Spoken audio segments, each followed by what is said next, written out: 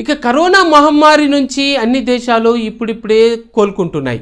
ఇక దానికి తోడుగా మంకీ పాక్స్ ఇప్పుడు వచ్చి చాలా కలవరం పెడుతుంది.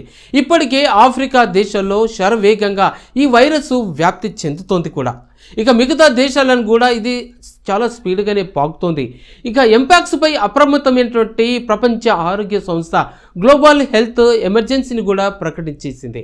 ఇక దీంతో మంకీ పాక్స్ వైరస్ను మన దేశంలోకి రాకుండా అడ్డుకోవడమే లక్ష్యంగా చేసుకున్న ప్రధాని మోదీ ఇక చాలా సుదీర్ఘంగా చర్చలు కొనసాగించారు. 2 రోజుల క్రితం అత్యవసర సమావేశం కూడా ఏర్పాటు చేశారు.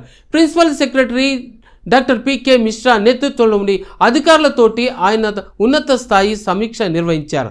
మంకీ పాక్స్ను ఎలాగైనా ఎదుర్కోవడానికి ఆ విషయం మీద అధికారులతోటి చాలా సీరియస్గా ఉన్నారు.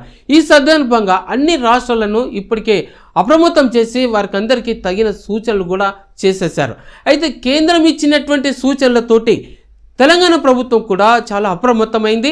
మంకీ పాక్స్ మీద అలర్ట్గా ఉండాలని రాష్ట్ర వైద్య ఆరోగ్య శాఖ మంత్రి దామోదర్ రాజనరసింహ ఆ శాఖ అధికారులకు అందరికీ చాలా అలర్ట్నెస్ జారీ చేశారు. మంకీ పాక్స్కు నివారణకు అవసరమైనటువంటి మెడికల్ కిట్లు, మెడిసిన్స్ అన్నిటినీ సిద్ధంగా ఉంచాలని చెప్పేసి మంత్రి అన్న మాటలు. ఇక సచివాలయంలో మంకీ పాక్స్ మీద వైద్య ఆరోగ్య శాఖ ఉన్నతాధికారులతోటి సమీక్ష నిర్వహించడం, ఆ తర్వాత రాష్ట్రంలోని ఈ వ్యాధికి సంబంధించినటువంటి ఎలాంటి కేసులైనను నమోదు కాలేదు, ఒకవేళ వస్తే చాలా జాగ్రత్తగా ఉండాలి, ఏమాత్రము భయపడాల్సిన అవసరం లేదని అంటున్నారు.